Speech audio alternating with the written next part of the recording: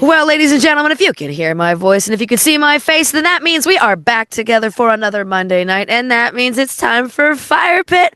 My name is Megan Pennington, and with me, as always, is my best friend, Jim Skiff. Jim, how you doing, baby? I'm doing just great, Megan. It's always a pleasure to spend this time together with you talking about great Pittsburgh music. And we have a great in the house tonight, Mr. Craig Veltri. He is a self-described country-urban hybrid, a proud native of Pittsburgh. Craig released his debut EP, Vagabond, in August of 2020. It was produced by former Charlie Daniels Band drummer Jack Gavitt. Vagabond showcased Craig's Nashville influences. He also released 6 singles and a video for the single Making Noise on Music Row, which was filmed entirely on location in Nashville. His latest record is a full-length acoustic concept album, Letters to the Defendant, which details the downfall of his marriage due to alcoholism, his personal house cleaning, and redemption. Craig is also the host of the Craig Veltri Interview, which airs every week right here on Scarfire Media. We are very glad to welcome the inimitable Mr. Craig Veltri to the Fire Pit. How are you doing this evening, Craig? I'm doing great, Jim. Megan, great to be talking to you. Jim, it's been too long. Megan, it has been quite recent, but good to always chat with you guys. Yeah, we're glad to have you. I'm glad that we get to have you on for such a special occasion. You know, we're getting ready to have this wonderful show over at Steamworks Creative. It's a Scarfire Media. Hold on. Sorry, I almost said radio. I don't know why I keep doing that. I'm on the same network. I have the same problem. I'm glad. It's a Scarfire Media showcase that we're throwing at Steamworks, but this one is extra special. So let's just start by talking about that show right from the beginning. As Megan alluded to, it is a dual release party on March the 30th at Steamworks Creative, not only marking the release of the music video for Biloxi, my single that I released back in 2021 and finally got around to getting a music video done within the past year. In my hand, and as you can see here on the screen, this is the limited edition of Letters to the Defendant, the acoustic concept record that Jim so eloquently spoke about in the introduction. This is a full 10-song LP, limited edition from the fine people at Hellbender Vinyl over in Lawrenceville they did the pressing of this record, I guess is what I'm trying to say. It is available already in pre-order, but March 30th will be the first time that anybody in the public can come out and get themselves a copy on site of Letters to the Defendant on vinyl. And we're really excited about the show. Megan will be doing a set. Lucky Us will be opening 6 to 10 p.m. 6 p.m. is the meet and greet, 7 to 10 music, $10 at the door, $35 for the record. And it's going to be a fun show, and we're going to be doing rolling out a lot of new stuff that I may have mentioned on other things, but we'll get to that. I'll see what you guys have questions about and how this interview unrolls. Craig, I wonder, will you be performing solo, or will you have some additional musicians accompanying end of the show? I mean, if we get a Moonshine Vagabond set during that show, no one's gonna be mad. I'm glad you mentioned it. I don't know how much has been mentioned of it on this program, Megan. Not actually. Well, I did spill the tea a little bit tonight. We're recording this on Sunday the 23rd, and I did an interview with our friends over at the rock station, the Grassroots Show, Utah and Bob. How you guys doing? Thanks again for having me. I debuted a song that Megan and I had written called I'm Driving, and we are in talks about doing a set for this particular show. And the reason I brought that song to the fold is that Megan and I are actually in the process of writing some songs for a record to be named later, but it will be under the moniker of Moonshine Vagabond. There you have it, folks. That's an exclusive right here on Starfire Radio on the Fire Pit. Well, that is tremendously exciting, and I can't wait to hear some further collaborations between you two musical geniuses. I have heard Driving, and I think it's a great tune. I love it. I can hear some subtle influences from both ends of the spectrum. The Veltri and the Pennington combine and collaborate wonderfully. It's a great tune, and I can't wait to hear some more. When I think about this project, Craig, if I may step in for a moment, Please, it's your show. When I was a kid, I used to have a big stack of CDs that my mom or my grandfather would give me. And in that big stack of CDs, I had this album. And there's been a bunch of artists that have done things like this, but it was half Willie Nelson, half Waylon Jennings. And they both did the same songs. I know we're not doing exactly to that extent because we're kind of like meshing our ideas into one, but the idea of having like this like dual artist album that's going to come out is just, it's tickling that little piece in my brain that tells me I want to be like Loretta Lynn when I grow up, and I'm just really happy about it. Well, the stuff that we are coming out with, I think it is very much in line with a lot of those great duo and duet records, and we'll get together this week to talk more about what songs we're going to go on to write and other songs that we have already written and how we're going to bring that into duet form. But country music is probably the one form of music that maybe overdoes the duet so much, and I don't think the stuff we're coming out with can be much like our music. We can't really define it purely as country, but there's definitely going to be a whole lot of twang coming on that record because the songs that we're coming out with are going to be songs about life on the road, love and loss, and of course maybe a couple songs about drinking. So that sounds like a winning combination to me, Craig. One of the only times that it is a winning combination. And maybe that might lead us into the first song that we're going to listen to this evening. This is your track, Biloxi, which is a beautiful track, and you're going to be releasing the brand new video. Can you talk to us a little bit about the video, how it was filmed, who did it, who's the actress that's in that video with you? Give us the story, my friend. I had always earmarked Biloxi as maybe not my favorite song, but it is definitely my strongest song. And if I was going to begin making some noise, shall we say, on Music Row, I am certain that Biloxi was the song to do it. Not only does it have that classic structure, that classic sound that P.T. Houston was instrumental in bringing to record, but I also knew that a music video would be something that might be able to get it over the top. I've already submitted the video, which is currently available on YouTube and my TikTok page, and has already been submitted to CMT and several other music video networks. So fingers crossed, ladies and gentlemen. A really great director who's also a musician out in Nashville. He's been on the Craig Veltri Interview. His name is Jake Taylor to direct it. Allegra Brie Moreno is a model and actress that was gracious enough to fly into New Orleans, which is where we shot her scenes and such, within a day, which we also did the nighttime shoot in Biloxi. And I finished up the shooting in Nashville with Jake in the apartment to fill in a couple of extra scenes. So 2 days, 3 cities, 1 video, and I'm really excited and really happy with how it all turned out. And talk to us a little bit about the song itself, how that track came about, and maybe a little bit about your writing process, Craig. My writing process has always been that of how a musical character comes to sing in the context of a scene. The emotion builds up to the point in which there's nothing left to do but sing. 2019, a year into my marriage, it was already starting to show some cracks. And I'm sitting in my car in Centennial Park, right by the replica Parthenon that the city of Nashville had built in honor of their centennial many, many, many years ago. And I'm in my car, and the line, "Will you meet me in Biloxi?" hits me. And that kind of just sounded like the opener to a Merle Haggard song, specifically "If We Make It Through December."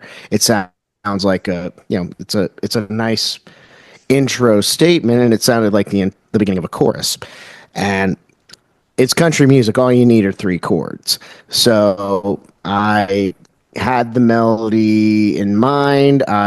2 years later, I took it to PT Houston at Off the Roast Studios to record it.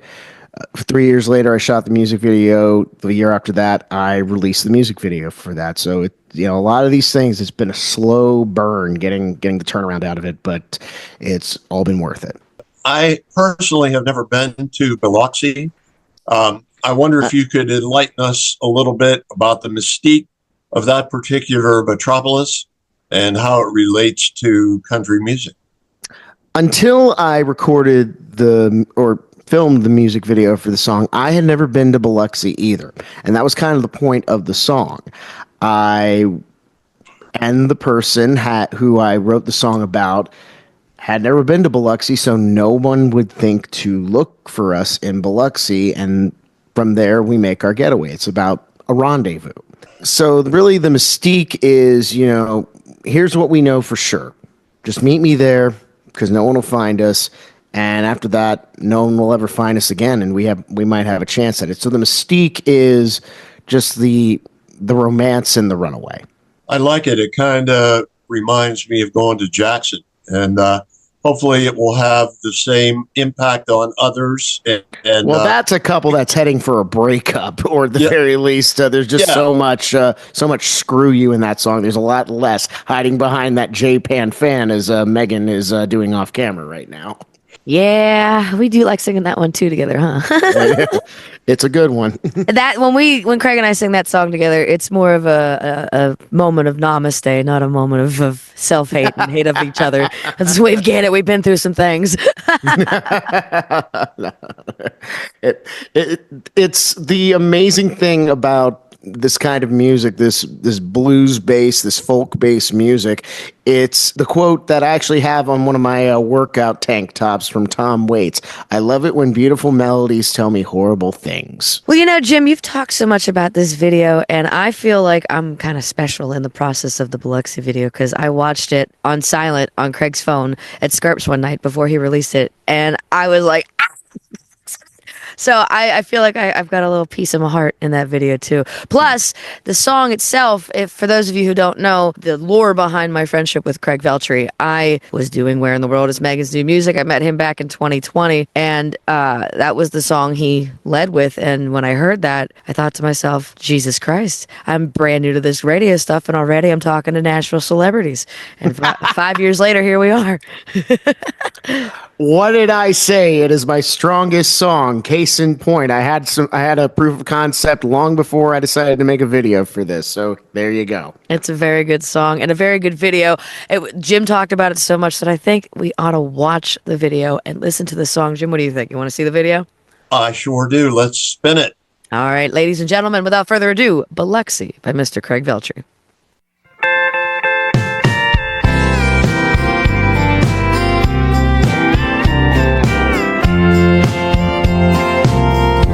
Will you meet me in Biloxi,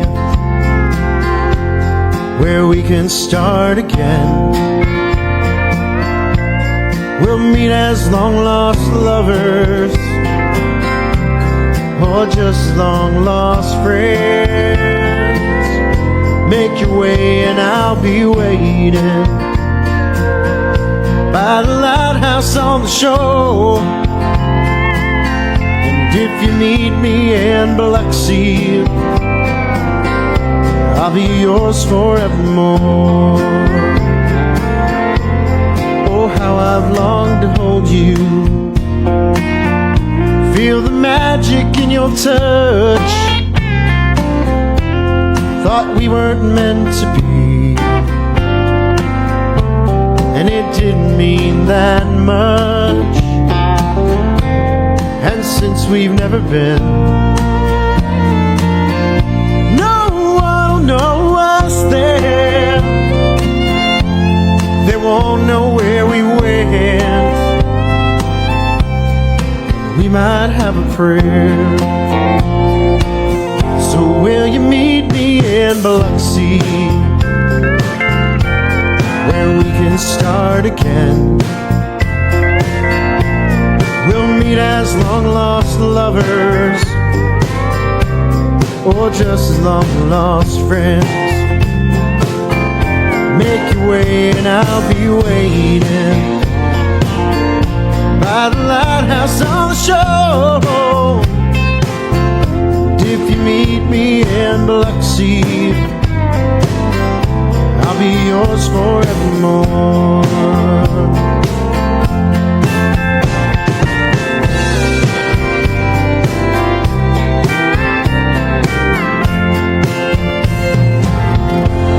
Oh, how I've longed to kiss you, feel your arms around my neck. Thought the time it wasn't right, and it was for the best. I was wrong, and though I've heard it's a fine place to stay, we won't be long for Biloxi. From there we'll make our getaway. So will you meet me in Biloxi, where we can start again? We'll meet as long-lost lovers, or just as long-lost friends. Make your way and I'll be waiting by the lighthouse on the shore. Yeah, and if you meet me in Biloxi, I'll be yours forevermore. I'll be waiting in Biloxi to be yours forevermore.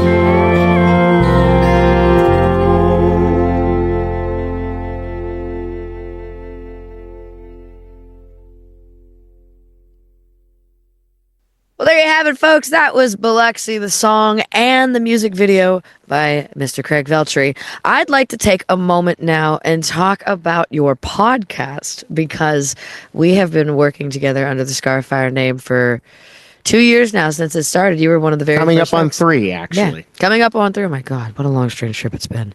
I know. Tell me about the Craig Veltri Interview. The Craig Veltri Interview is where I, Craig Veltri, interview wonderful people. Both of the hosts here on Fire Pit have been on said program, so there's your living proof. I talk to wonderful people, including the other man currently not on this program. Devin Russian has been on this program. It's becoming pretty much a music show, but I leave the door open to pretty much anybody who has an interesting story or led an interesting life that I'd like to help spread their word and let people know who they are. I've interviewed wrestling promoters. I've interviewed wrestling personalities. I've interviewed restaurant owners, record producers, even an adult film star. So, you know, if you got a story to tell, CraigVeltriOfficial@gmail.com. I'd love to have you on. Yes, I like being on your show because a lot of the elements of your presentation remind me of like that old style Casey Kasem type radio, like, especially with like the no kidding questionnaire and like the way you're just so like zippy with it all. And I find the interview to be quite enjoyable and quite listenable. So for anybody out there who's listening to us and you've never checked out the Craig Veltri Interview, I highly recommend it because it keeps me interested and I don't have an attention span that's very long. Well, I mean, that style is definitely maybe not Casey Kasem, but Larry King for sure. He was always very quick on the question. He was always able to find a space to get the interviewee back on track, even if they start to ramble. And that No King questionnaire, that's James Lipton. That's the Pivo questionnaire that he had at the end of his show. And I also took a little bit from Larry King's old when he did his online show before he died. The If You Only Knew questionnaire. A couple of those questions also found their way into it as well. It's a nice way to tie the show together, and also it's fun to have as the years have gone on, to have some commonality, and it looks great on a coffee mug and a T-shirt, I think, anyway. I appreciate that. I'm glad I designed it well. Well, Craig, I think our listeners would love to hear a little bit about how you first got into the music business. When did you first start writing songs? Do you remember your first guitar?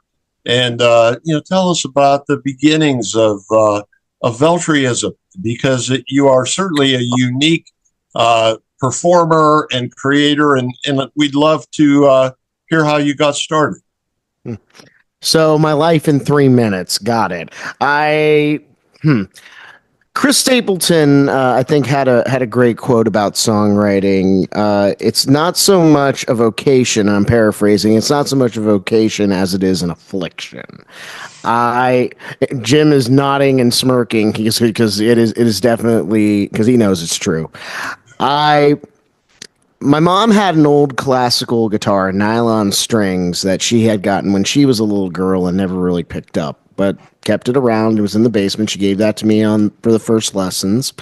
I took lessons out of the Mel Bay book of guitar when I was a little boy, and I took lessons for maybe a year, and my hands were too small for that classical neck guitar. So, and my teacher, Irene Hill, who is still with us, I came to find out, while I learned some basics, yeah, she was kind of like a folksy kind of lady. So I was learning songs like When Johnny Comes Marching Home, Orally. And I was just like, okay, can I please learn, some Beatles, some Oasis, some stuff like that. And by the time we were getting ready to learn that stuff, when we got started on that stuff, I moved to Charlotte, and that ended guitar lessons for a little while. Fast forward, age 16, I find the guitar again, and my hands had grown. And I wanted an electric. And so on Christmas Day, I got one, and I never really put the guitar down soon. I bought my first acoustic guitar, an Ovation. No offense to anybody who is an Ovation player, but not known for its durability. The thing I had the thing for 5 years, and the neck warped so much that it broke at the base. So, just from being near a fire one too many times and out in the elements, because I was playing this thing wherever anybody was in earshot, or always writing. And that was the thing for me. I was always writing. I was always doing some stuff and recording in high school, and it really didn't take until about my late 20s until I picked it up. I was talking about this with Matthew Church on the program about 2 years ago, that I was just driving through Concord, North Carolina, wound up in front of a bar on Main Street in Concord, and that's how I met Matt, and that's how I met Mo Brines, who helped me with my first record about 2 years after that. And I started working full-time pretty quickly after I got to that first open mic, because at that point was kind of exhausted with the professional avenues that I had gone through as far as full-time work in retail.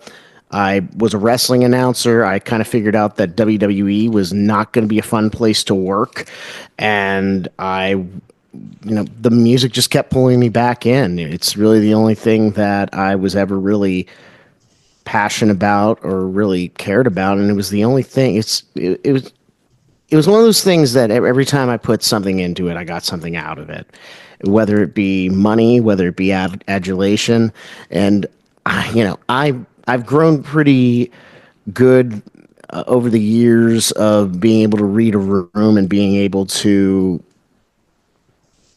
get gigs and get consistent work and be able to get myself on platforms like this. So not everybody is hearing me. Not everybody is just playing along. So, I've done a lot of wild stuff up my stuff in Nashville and this record and a whole bunch of other things. So, someone check the timer. Was that 3 minutes? I think it was close, and I loved your opening statement. Songwriting is more of an affliction than anything else, and it certainly is a beautiful affliction in your case. And we're so glad that you've been able to share a little bit of your beginnings, and that might take us into this next track. It's a very affirming track. I think this is Megan's pick off the album, if I'm not mistaken. Is that right, Megan? Do you want to call this one and ask Craig a little bit about it? Sure. Yeah, I picked the song Yes from the album because I just always really enjoyed this song. And when I got married to Tyler, I made it a point to put this song in our cocktail hour playlist. And it was just, there was something about the way that the mandolin and all that hit when I was half drunk and newly married that it was a sweet moment, and I'm really glad that I did that. So tell me about the song Yes.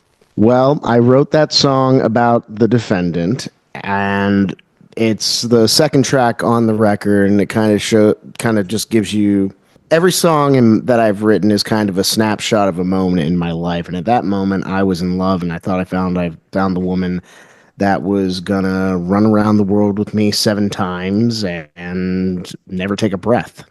In fact, funny you mentioned your wedding in regards to Yes, that song was played at my wedding too. She actually walked down the aisle to a string trio arrangement of that song. And as I said the last time we played this song on this show, it started out love, and it started out with great intentions. And, it's a concept record because it does have a narrative, because, Yes is the courtship. This Could Have Been You is the actual wedding. It Don't Matter Anymore is kind of where cracks start to show. And then The Whiskey Has Its Way kind of introduces the main element as to why this marriage fell apart. And so that explains side A, and side A starts out happy enough, though. And this certainly has that let's take it on the road and have a blast vibe. It's a great road song, and I love the upright bass. It kind of reminds me of Hit the Road Jack. It has some of that kind of vibe to it. And I just really like the way it floats. And unintentional foreshadowing from John Birchfield, who did the upright bass instrumentation on that particular track. And I will give one more bit of credit on this song. The inspiration of that song, I like to reverse engineer a lot of songs that as part of my method. And I have a friend of mine whom is now a yoga teacher down in Myrtle Beach along the Grand Strand. Her name is Alex Christie. And Alex is a songwriter, and she had written a song called Lazy Day. And hers was a little bit more, bum, bum, bum, bum, not as bouncy, not as buoyant. She's a yoga teacher. It's very mellow. It's very zen. And her idea of a great day, at least the interpretation I got of it, was that her song is about spending a lazy day with her boyfriend, just chilling. Me, if you've known me for a second, that is not the way I want to spend a day. I'm going to take my girl. We are going to take only the necessary toiletries and provisions, and we are going to hit the road. And when we get back, I don't know, and I don't even know where the heck we're going. We'll figure it out once we get in the car. Don't tempt me with a good time, Craig. Down, Megan. No, I just want to get back on the road. Can we just pretend for 600 miles? I don't even gotta touch you. We can just sit next to each other and ride along. I'll be the road dog. I'll even bark out the window. I think we can probably just go to car dealership do that and confuse a lot of people. So I would. It's a date. let's make a date. No, no, not that song. No. I think we should take a moment to listen to my favorite song off of this album. Ladies and gentlemen, let's take a listen to Yes by Craig Veltri.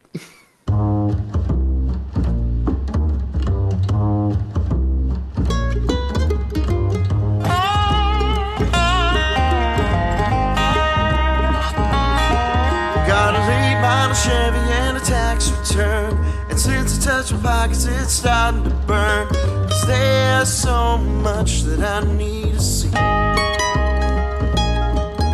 So baby, pack your things, we're leaving today. I'm coming over now, we'll leave right away. The world's on hold for a week or 3.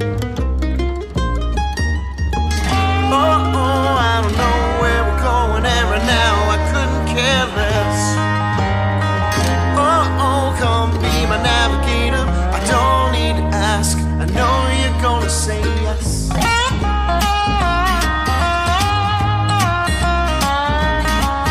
Got a full tank of gas and a whole lot of time, a week's worth of food and a box of wine, 'cause there's so much that I need to see. So if you need a day, we'll leave tonight. Just pack that one bikini we both like. The world's on hold for a week or 3. Oh, I don't know where we're going, and right now I couldn't care less. Oh, come be my navigator, I don't need to ask, I know you're gonna say yes. Yeah.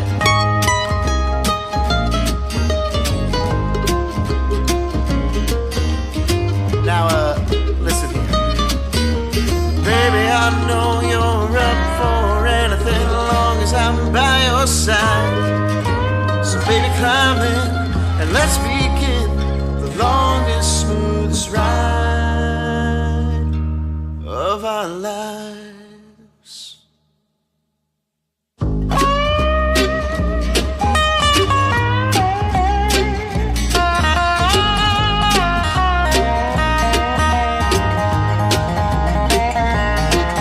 Got a rocket top view for 100 miles and a pretty little thing with a pretty little smile. The world's on hold for a week or 3.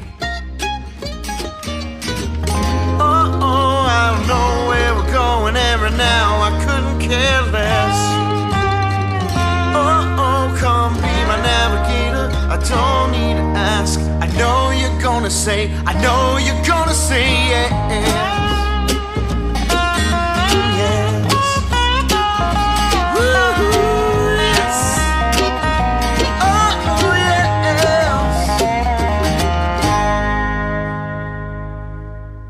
Hey, this is Craig Veltri cordially inviting you to the vinyl and video release party celebrating the limited vinyl release of Letters to the Defendant and the release of the music video for Biloxi on Sunday, March 30th at Steamworks Creative in Gibsonia, a Scarfire Media music showcase with special guests Megan Pennington and Lucky Us, doors and meet and greet at 6, music from 7 to 10, $10 at the door, BYOB. That's the Scarfire Media music showcase vinyl and video release party with Craig Veltri, Megan Pennington, and Lucky Us, Sunday, March 30th, 6 to 10 p.m. Be there, aloha. There you have it, folks. That was Yes by Craig Veltri. We've been hanging out as a Scarfire family tonight. Craig, before I let you go, to Scarpacey's hint, nudge, nudge, nudge. I hope you see you in a little bit. Tell me about what's coming up in the future. Talk about the show again. What can we expect from you coming up? Well, the Scarfire Media Showcase on March the 30th over at Steamworks Creative from 7 to 10 with myself, Megan Pennington, and Lucky Us. I will be selling copies of this very, very, very lovely record that I got pressed from Hellbender Vinyl and only made 100 copies of. Once they're sold, they are gone. So there's going to be a line for this, folks. So make sure you get there early and stick around for some great music. There's going to be some selections from the record, a lot of the stuff that you've already heard, and some new songs from the Moonshine Vagabonds. Myself and Megan Pennington, she'll be jumping off during that set. If you've listened to the rock station already today, as of the recording of this, if you heard it this week, I'm Driving has already dropped in that version, so that might be one of the songs you do. I really don't even have a set list ready for this yet, so once I get back to Pittsburgh, I'll be figuring it out. But I've been testing out some of the new stuff out on the roads there. So if you want to know what happens, if I want to know what happens, we need to go together to Steamworks Creative and for the Starfire Meeting Music Showcase, the dual release party for Letters to the Defendant on limited edition vinyl, and the music video for Biloxi. I'm going to see if we can pull the screen down at Steamworks to show the video too.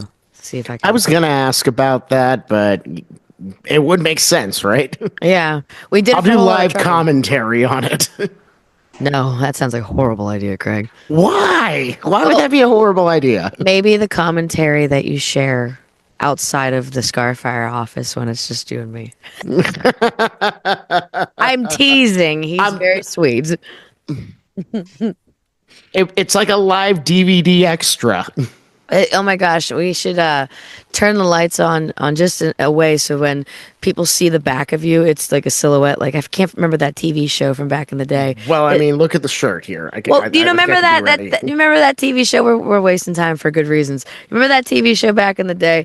I don't remember the name of it, but it was like a robot and a little guy. They'd sit in like a movie theater and they'd watch TV shows. Mystery Science Theater 3000. Thank you. We should do that with the video.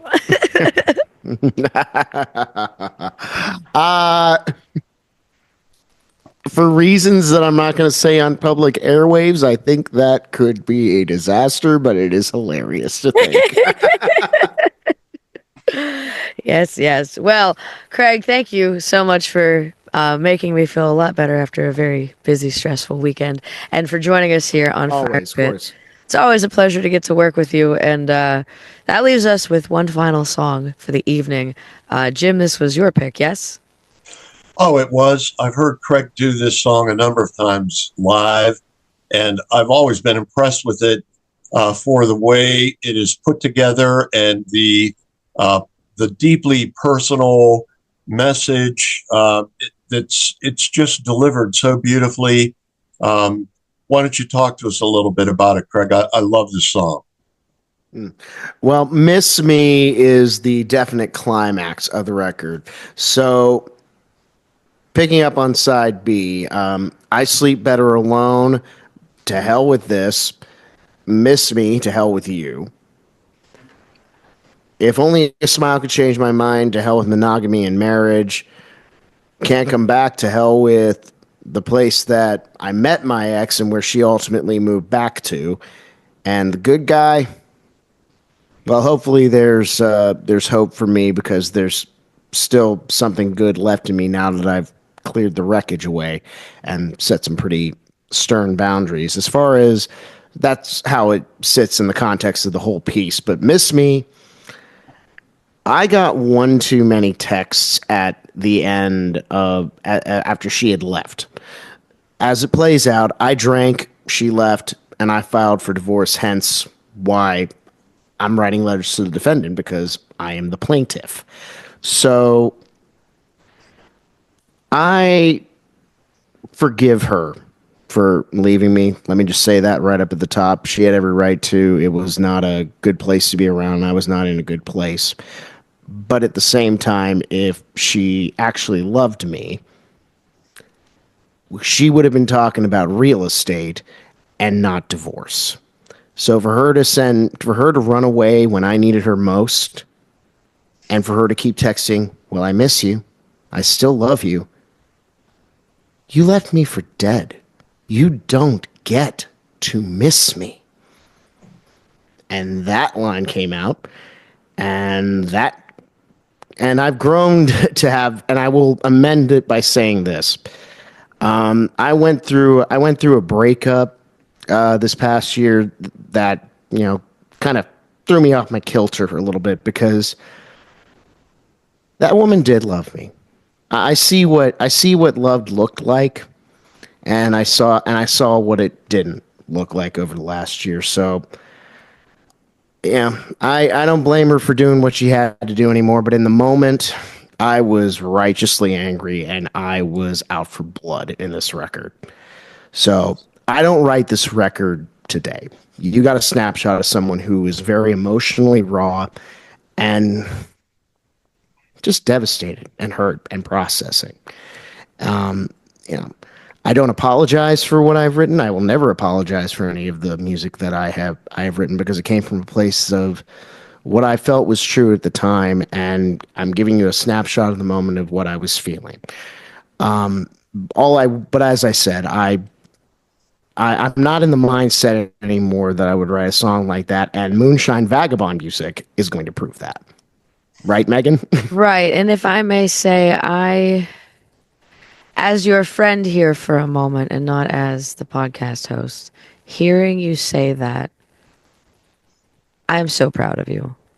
I've made it known that I wrote my song Once a Prick, Always a Narcissist as response to particularly this song, actually.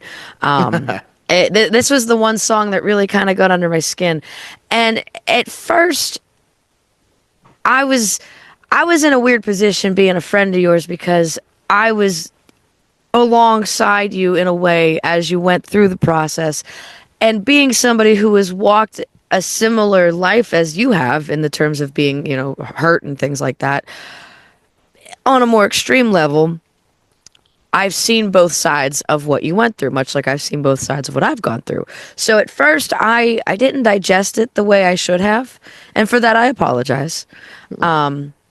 I'd like to say that I got a pretty banging song out the deal too, so we both kind of won, and I admire the growth that you are going through day in and day out. And I've said it before, and I'll say it again. I really do look up to you for a lot of things in that regard, because it's really hard to grow through pain.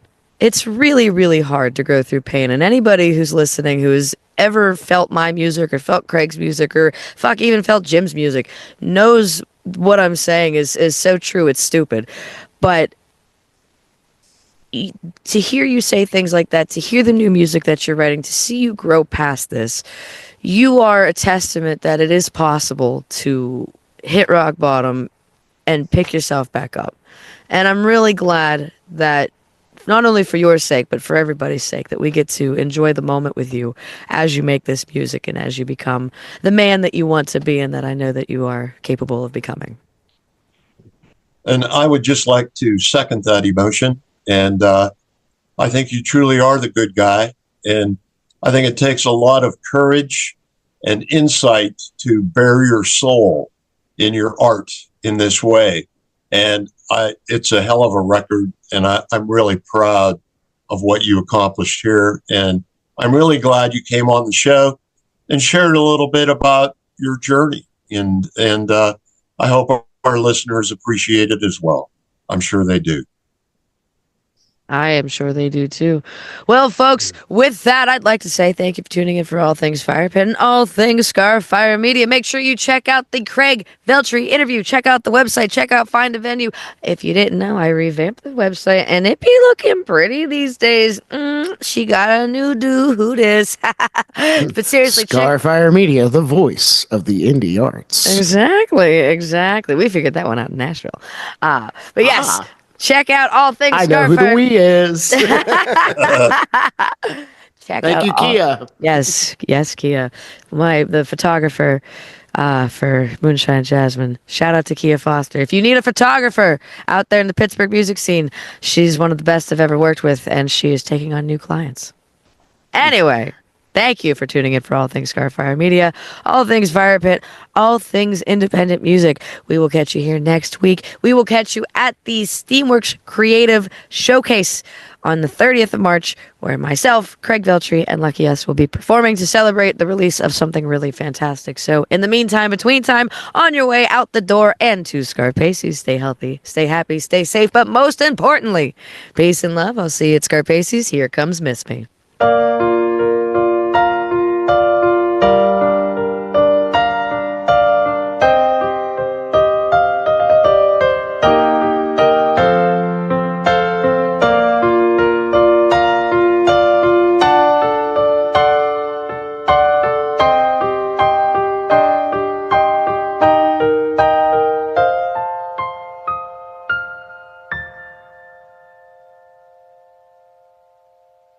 do you say that you wish we'd never part when you're the one who left?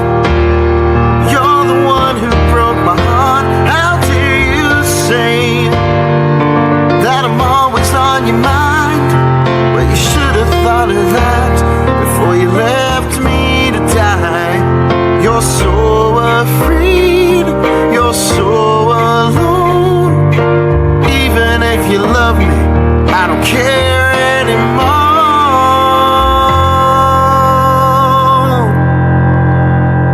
You don't get to miss me, you don't get to cry.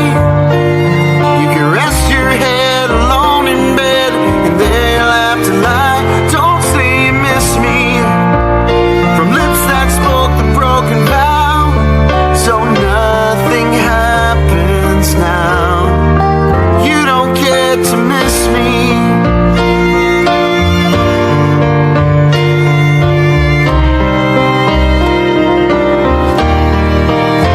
How do you say that after all the times you slept next to me, someone just don't leave your mind? How do you say that like it must be true for me?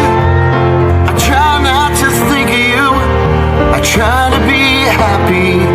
You're so afraid, so sad to hear. You were so brave when you walked out, my dear. You don't get to miss me, you don't get to cry.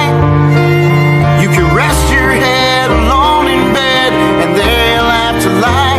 Don't say you miss me from lips that spoke the broken vow, so nothing happens now. You don't get to miss me, you don't get to miss me. No, no, you don't. No, no.